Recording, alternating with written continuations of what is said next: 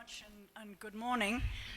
My topic is epilepsy and employment, and particularly now, when employment is so difficult, Africa has a lot of challenges. Whether you're a graduate, a school leaver, or you're illiterate, you're going to have difficulties finding a job. So how is this for people with epilepsy? A lot of our patients will be seizure-free, we hope. But we all know that stress can bring on a seizure. Yesterday, we met the delightful Mishak, who told us that with a degree in mathematics, he had no problems in getting to the selection stage of a job application. The problem was, every time he went, either for an interview or even on the first day of his employment, he would get a seizure. And his seizure took the form of shuffling the papers of his potential boss, or maybe fiddling with his clothing. Not an easy way into a job. He was always shown the door by a nervous boss. This illustrates just one of the problems that epileptics, or people with epilepsy, may face. We did a small study. I love it that we've been talking about research just now in very high-powered terms.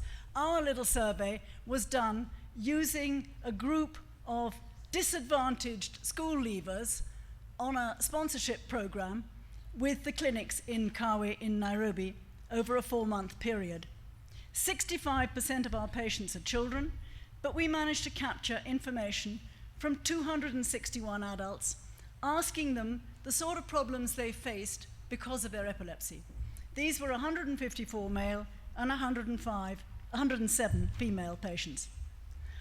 Of this survey, 64 of these patients were paid employees in normal work, that's 25.5%. 88 were self-employed in various categories, that's 35%, and 109 were unemployed. This compares with national statistics from the Kenya National Bureau of Statistics of 5.4% paid employees, 22.4 self-employed, and 72.2 unemployed. So we're looking really good at this point. Our group of patients is doing well. We should perhaps remember that these are people on treatment. A few of them were first-time visitors to the clinic, but most of them are on treatment. So this does not reflect the situation for those patients who are not receiving treatment. When we look at those people in formal employment, 44 of them said, "We have no problems, this is strictly related to our epilepsy." 22 said, "We have problems," and the problems were defined as follows. 6 of them still had frequent seizures. 3 of them had a lot of stress about the fact that they might have seizures. 2 of them had loss of memory, 1 headaches, and 1 had episodes of violence due to seizures. Importantly, 9 of these patients had at some time been sacked from a job, 6 of them from 2 jobs, and 1 from 3. All of these cases were because of epilepsy and seizures. When we looked at the self-employed group, 54 said, "No problem," 34 had problems.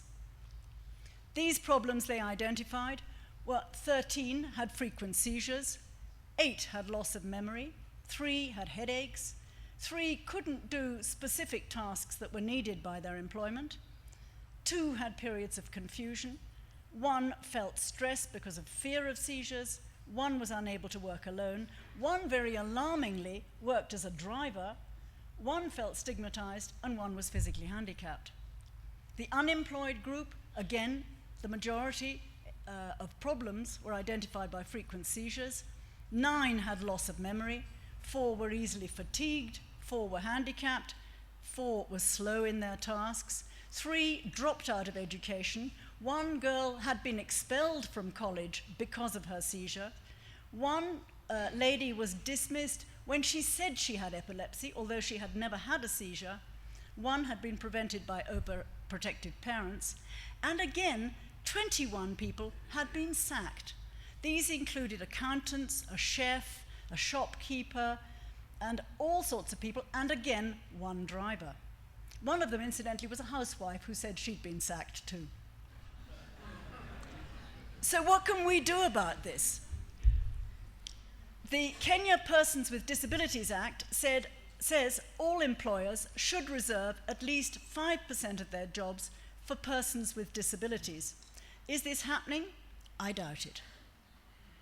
Within Kawi, our objectives are to give public education and awareness creation, lobbying and advocacy, and medical treatment and the education of medical staff. We've said this often before. Public education will give a lot of relief to people who have stress about their seizures, and quite obviously, this is a major factor. We have concentrated our education in schools and public gatherings. We have perhaps not done enough with employers and employees in the workplace, and this might help considerably the degrees of stress and the lack of opportunities that people have. Lobbying and advocacy, this is an area that is of increasing worry to me. The Kenyan Employment Act of 2007 says that no employer shall discriminate directly or indirectly against an employee or prospective employee on grounds of race, color, sex, language, religion, disability. And they may not discriminate in respect of recruitment, training, promotion, terms and conditions of employment, termination of employment, or other matters arising out of employment. Is epilepsy a disability? The Americans with Disabilities Act is very specific and very helpful, I think, in this.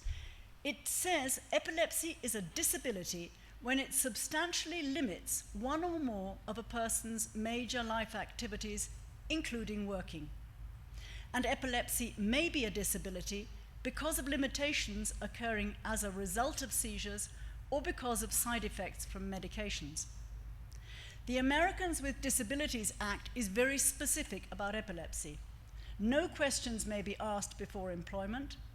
Medicals may only be required after a job is offered if it is required of all employees, and specific facilities must be available for people with epilepsy. There must be somewhere for people to rest after seizures, and there must be time allowances made for people who suffer stress at specific times of the day or under various circumstances like that. Driving regulations. This has caused me a lot of worry. We have patients with alcohol-induced seizures from matatu drivers, bus drivers. What are the rules and regulations in Kenya? In Kenya, you may drive with a letter from a government officer, a government doctor. That's very vague and very inadequate. In other parts of the world, you require 2 years seizure-free or seizures only at night. And you may not drive a public service vehicle. There are some countries, I believe, in which you may drive after 10 years seizure-free. But the regulations in Kenya certainly appear to be very vague and largely not adhered to. This is a worry for patients and for the general public. Medical treatment and education. We've found far too many of our people in employment still having seizures, but this may be beyond our control.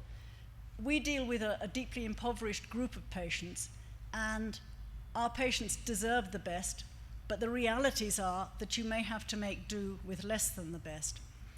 Another thing that worries me enormously is that too often we see patients coming to our clinics who have been treated elsewhere with perhaps drugs of perfection, which they frankly can't afford. And they come having seen a period seizure-free and being delighted about it, but it's economically completely unsustainable. I think that's very cruel. I think that's very unkind. I think it's terribly important to take into consideration in situations where patients have to fund their own treatment that it must be long-term affordable by that patient. And if that means we have to control them with phenytoin and phenobarb, then so be it. That may be the best situation for the patients concerned. This is an example of our medical education across the country, trying to teach not only best practices, but best relevant practices. It's fine to use more specific drugs where the patients can afford them. This is what we all aim for, improving quality of life. We are not always doing the best for our patients, and certainly the legislation is not either being adhered to or is far too woolly and doesn't protect our patients. We need to make sure that what legislation there is adhered to, and what needs to be tightened up is tightened up for the benefit of all our patients. Thank you very much.